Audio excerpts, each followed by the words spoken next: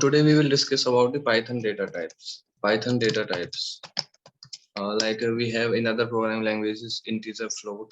So first we will try to categorize the data type. So like if I say numeric data type, so it is integer, float, and complex number. These are the numeric data type. And second is string data type. So string data type contains only one data type, that is str. So str is a string data type. What are the others? So others are like sequence data type. So like these are list, tuple, and apart from tuple, range is there.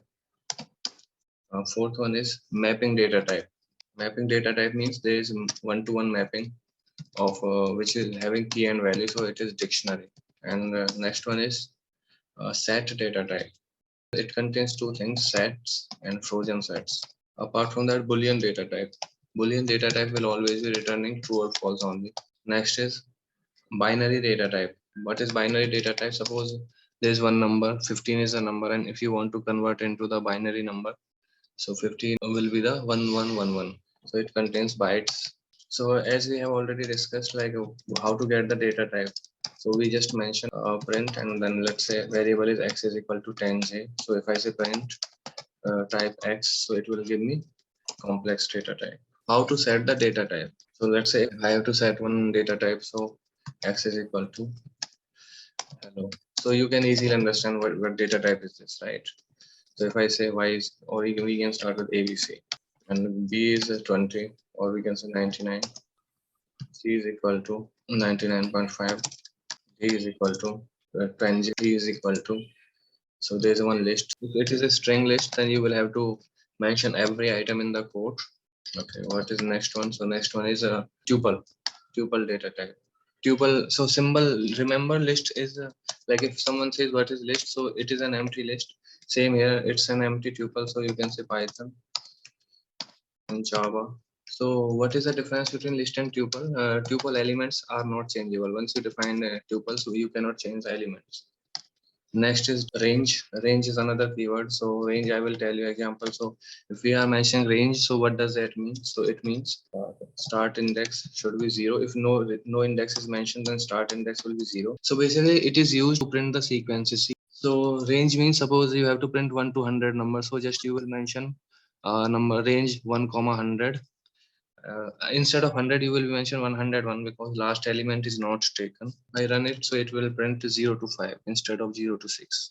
So suppose I have to print numbers. Okay, so let's put number in range, and you mention range 1 to 100, 101. Okay, just say print number.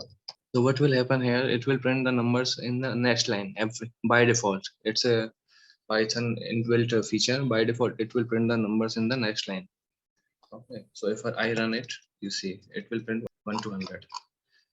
But if you have to print the numbers in single line or same line, so you can use and n is equal to space. You can give the space. So after that, it will print the numbers 1 space 2 space 3 like this.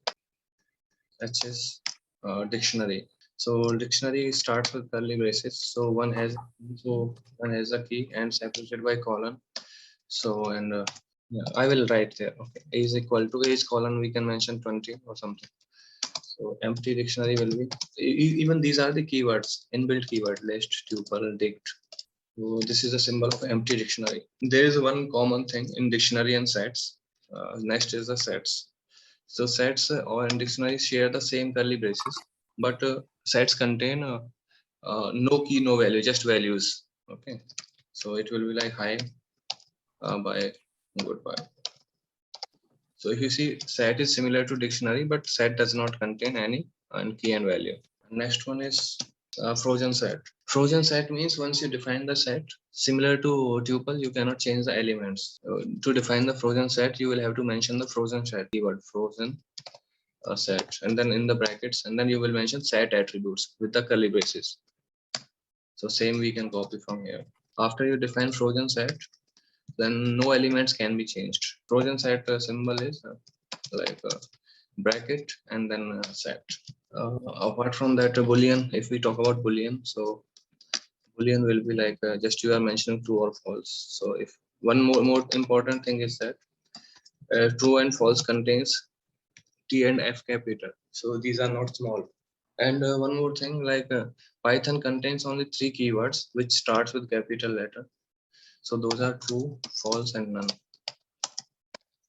Okay, only 3 keywords are there which starts with capital letters. Next is bytes. Bytes I was talking about when we have to convert the number from binary. So we simply can mention B, and then we can mention the number here. Let's say hello here. Although this is a string, but if I print the type of this one, so it will show bytes. Let's try to do that. So if I say print type L, so it's a class bytes. We can do the type conversion as well. Let's say we have to convert is equal to 99.5, and to convert into the int, I will use int and then C. It will convert into the. So these are the inbuilt keyword. Whatever I mentioned, these one str, int, float, complex, these one. So how to denote the number? So usually x is equal to 3 plus 5j. So j is there instead of I, and y is equal to, if simply I mention 5j, and z is equal to, I've mentioned minus 5j, equal to minus 5j. So all are correct. Okay, x comma type. So if you mention like you say 10k, if you type here print type x, delete syntax, only j is the value, or however you can use as a string this one. So you just mention string here. So type conversion, we can easily convert integer into the float. So one more thing in numbers, one is random number. Random number. What is random number? You can generate any random number by giving the any range. So how to do that? So just you have to import one function, random function. So, and then after that you mention like a print, and random is basically these are the modules. So modules may be the combination of classes or packages. So everything in Python will be the inbuilt. However, you can create your own modules. We will also work upon that one when we will be covering the modules chapter. And then after that there is one function range. So it will print any number between this range. So any number, if I again run it, so it will be another different number. Let's work upon string part. So string, it is a value in the quotes. So that is called string. Quotes may be single or double, any quote will work here, depends upon your requirement, as I told you earlier. So if you are using some apostrophes or some double brackets, or sorry, double quotes, then you can use other values. So simply if I say print hi, and I say print hi, so both will be same. So how to assign value to a string? Assign values to a string, very simple, as we are doing for numbers. So equal to operator is there, and type we can easily check. And multi-line string, what are the multi-line string? Multi-line strings starts with a triple double quote or triple single. So multi-line string can be triple single quotes and double quotes, all will work. So str2 is equal to. So if I print, nothing will be there unless I don't use a print statement. str3, there will be no difference. If I print this one, this will also print same. No difference will be there. I missed something. str3 is equal to. Okay. So basically, strings are the arrays. What does that mean? Strings are arrays. So let's say we have very simple string str4 is equal to. So if I say string are array, so it means index starts with a 0. Even I can take very small string rather than big one. Index start with 0. Suppose if I have to print h, so I will use 0 here. So it will print h. So it will print h. One important thing is that is also called string slicing, to cut the string in between. String slicing. How it works? First of all, we will be using the lower index. Let me give you the syntax here. I will use the square brackets here. So one will be the lower index. So and then will be the upper index. What will be the output? Output will be upper minus lower. So suppose if you say 2,4, so 2 characters it will print.